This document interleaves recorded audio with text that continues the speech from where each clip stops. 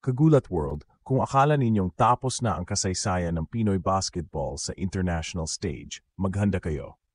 Dahil sa paparating na NBA Summer League, posible nating masaksihan ang isang laban na hindi lang pang Maynila, hindi lang pang UAPE, kundi pang buong mundo. Kevin Quiambao ng Pilipinas laban kay Dylan Harper ng San Antonio Spurs. Isang matchup ng dalawang manlalarong may dugong Pilipino, parehong puno ng pangarap, at parehong umaapoy ang layunin sa kanilang dibdib. Ngayon pa lang, umaalingaw-ngaw na ang pangalan ni Kevin Quiambao sa mga basketball circles. Hindi na siya simpleng MVP sa UAAP. Hindi na rin lang siya future ng Gilas. Sa mga nakakaalam ng basketball dynamics ng Asia at Amerika, si KQ ay isa ng hot prospect na sumusubok pumasok sa pinakamalupit na liga sa mundo, the NBA. At sa pinakabagong development, US-bound na si Kevin Quiambao para sa isang Summer League opportunity. Isang rare shot na nagpapahiwatig ng tiwala ng scout sa kanyang potensyal. Pero teka lang, Kagulat World, hindi lang basta opportunity ito. Ayon sa projections, posibleng makasabay sa parehong torneo ang number 2 overall pick ng 2025 NBA Draft na si Dylan Harper. Anak ng NBA legend na si Ron Harper, at ngayon ay opisyal ng bahagi ng San Antonio Spurs. Si Dylan ay hindi lang basta top draft pick. Isa rin siyang Filipino-American, may dugong Pinoy mula sa kanyang inang si Maria Pizarro na tubong bataan. Imagine that, dalawang Pilipino, parehong may dalang legacy, parehong may bit-bit na kultura, magtatapat sa isang court na ilang dekada ng pinapangarap ng buong sambayanan. Mula pa lang sa pagkakadraft ni Harper bilang number 2 pick, marami na ang napataas ang kilay. Hindi dahil hindi siya magaling. Napakagaling niya. Pero ang inaasahan ng marami, si Reed Shepherd o DJ Wagner ang aakyat sa top 2. Pero ang San Antonio Spurs, kilala sa kakaibang mata pagdating sa potential. Sila ang nakapansin kay Manu Ginobili. Sila ang nagtiwala kay Tony Parker. Ngayon, si Dylan Harper ang bagong bituin nila.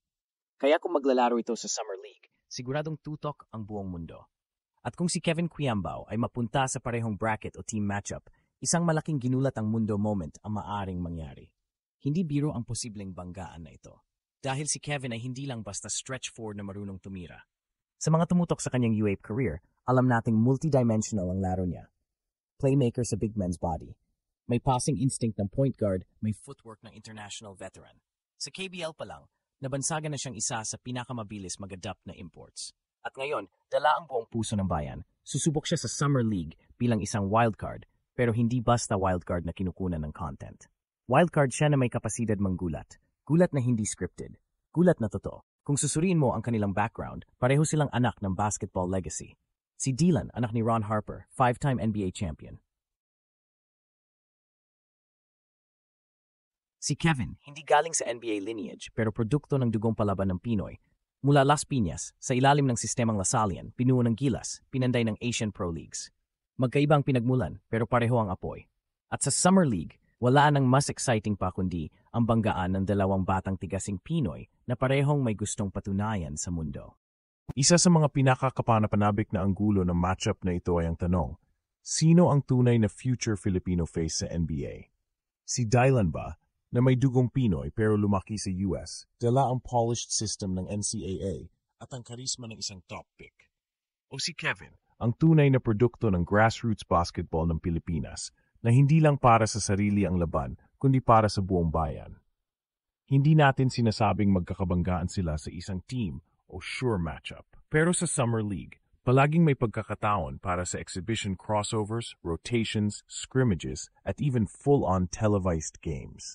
At kung pareho silang nasa aktibong lineup ng kani-kanilang team, isang cross-cultural Philippine battle ang pwedeng sumabog sa Las Vegas o Sacramento. Kung mangyari man ito, hindi lang ito magiging highlight sa YouTube. Headline ito sa kasaysayan. At kung iisipin mo, Kagulat World, ito na marahil ang simula ng bagong chapter ng Filipino basketball globally. Isipin mong dalawang Pinoy ang pinag-uusapan sa NBA. Not just for marketing, but for skill. Parehong may kinabukasan, parehong pinaglalaban ng kani-kanilang komunidad. At sa likod ng lahat ng ito, naroon ang tanong na matagal na nating gustong sagutin. Kaya ba talaga ng Pinoy makipagsabayan sa mundo? Para kay Kevin Quiambao, ito ang ultimate test. Summer League pa lang ito, pero para sa kanya, ito ay parang championship game na. Dahil ang bawat segundo sa court ay pagkakataong makuha ang tiwala ng isang NBA scout, isang coach, isang GM. At kung kalaban niya ang isang top draft pick, mas lalo siyang mahusgahan. Pero gaya ng kilala natin si KQ, hindi siya umaatras sa hamon. Hindi siya nagpapa-intimidate. Siya ang tipo ng player na mas ginaganahan kapag hindi siya inaasahan. At para kay Dylan Harper, isang magandang balance ang matchup na ito. Dahil kung sanay siya sa spotlight ng NCAA at media, iba ang pressure kapag kababayan mo na ang kaharap mo. Si Kevin ay hindi lang basta player. Isa siyang embodiment ng homegrown grit. Kaya kung sila'y magbanggaan, hindi lang ito clash of skills. Ito ay banggaan ng pinanggalingan, ng kultura, ng puso. At alam nating lahat, kagulat world, kapag puso ang pinag-uusapan, hindi kailanman nagpapatalo ang Pinoy. At kung matutuloy man ang matchup na ito sa Summer League, maging napakahalagang simbolo ito ng kung nasaan na tayo ngayon bilang basketball nation. Hindi na lang tayo tagahanga. Hindi na lang tayo cheer squad. May sarili na tayong manlalaro na handang makipagbakbakan sa pinakamataas na antas ng laro. At kung si Kevin Quiambao ay makakatapat si Dylan Harper, isang top pick na may dugong Pinoy din, mas lalong magiging makulay at makasaysayan ang eksenang ito. Kapag pinagsama natin sa isang frame sina Kevin Quiambao at Dylan Harper, makikita agad ang contrast ng basketball journey nila. Si Harper ay galing sa sistematikong training ng American High School at NCAA, sanay sa structured plays, media pressure, at elite-level scouting simula pa lang ng teenage years. Samantalang si Kevin ay produkto ng matitinding liga sa Pilipinas na kinailangan munang patunayan ang sarili sa UAAP, Gilas Pilipinas, at International Pro Leagues bago mapansin ng mga NBA evaluators. Ang kanilang posibleng banggaan ay parang laban ng dalawang basketball philosophies, isang sistemang pinatigas ng tradisyon kontra sa larong hinubog ng kalye, puso, at survival instinct. Isa sa mga posibleng epekto ng matchup na ito ay ang pagbukas ng mas maraming matang NBA scouts sa Southeast Asia bilang talent pipeline. Kung makapagsabayan si Kevin sa antas ni Harper, isang top NBA pick, hindi lang siya ang makikinabang, pati ang buong basketball ecosystem ng Pilipinas. Maaring hindi pa ganap na kinikilala ng mundo ang potential ng mga homegrown Filipino players. Pero sa ganitong uri ng exposure at level ng kompetisyon, magkakaroon ng bagong sukatan. Ito na ang pagkakataong ipakita na ang galing ng Pinoy ay hindi lang para sa Asian Leagues, pwede rin sa NBA. Dagdag pa rito, ang matchup na ito ay pwedeng maging simula ng isang bagong rivalry narrative na ikatutuwa ng parehong Filipino at international basketball media.